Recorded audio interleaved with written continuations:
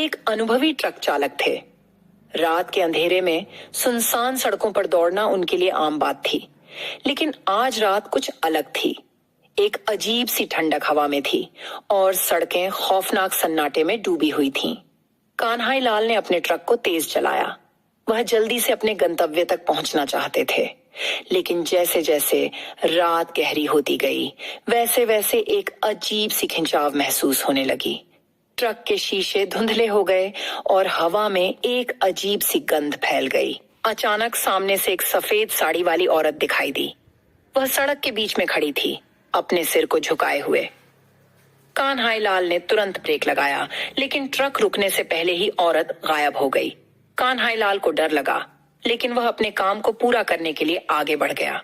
लेकिन जैसे ही उसने गति बढ़ाई, एक और अजीब घटना घटी। ट्रक के टायर फट गए और ट्रक सड़क के किनारे जाकर रुका। अभिषेक लाल ने बाहर निकलकर देखा तो सड़क पर खून के निशान थे। वह डर गया और अपने ट्रक में वापस चला गया। लेकिन जैसे ही उसने दरवाजा बंद किया, एक ठंडी हवा उसके चेहरे पर लगी। वह घूम कर देखा तो वही सफेद साड़ी वाली औरत उसके सामने खड़ी थी। औरत ने धीमी आवाज में कहा, तुमने मुझे रौंद दिया था, अब तुम्हारी बारी है। अभिषेक लाल के पैरों तले जमीन खिसक गई। वह डर के मारे चिल्लाया, लेकिन औरत ने उसे चुप करा दिया। फिर धीरे धीरे औरत ने ट्रक के अंदर आना शुरू किया। अभिषेक लाल ने अपनी आंखें बंद कर लीं और प्रार्थना करने लगा, लेकिन कुछ ही पलों बाद उसे कुछ नहीं लगा। जब उसने आंखें खोली तो औरत गायब हो चुकी थी। अभिषेक लाल को अब भी यकीन नहीं हो रहा था कि क्या हुआ था।